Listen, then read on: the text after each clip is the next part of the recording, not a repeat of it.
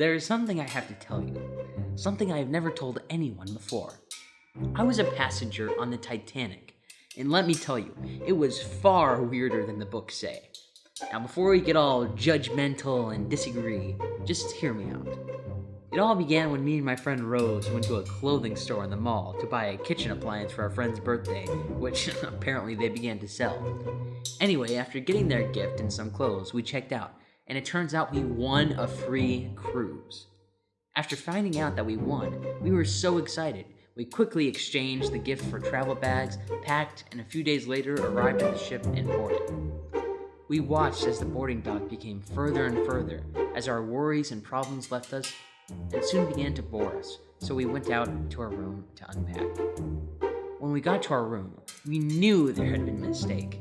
It had a bunk bed with colorful blankets, animal-shaped pillows, and there were toys and building blocks all over the room. And to top it all off, a coloring book was on the bed. They had given us a children's room. After a quick chat with the service manager, we got our new room. And after getting settled, we spent the rest of the day and week swimming in the wave pool, visiting the ship's many exotic restaurants, going to the spa, and of course, seeing the shows. After eating at one of the ship's restaurants, I hadn't been feeling too well. But Rose insisted that we see a show, so I went. The show was about to begin when I saw an iceberg crash right through the front of the ship. Gigantic animals came bursting out from off the iceberg. Penguins began screeching and running around.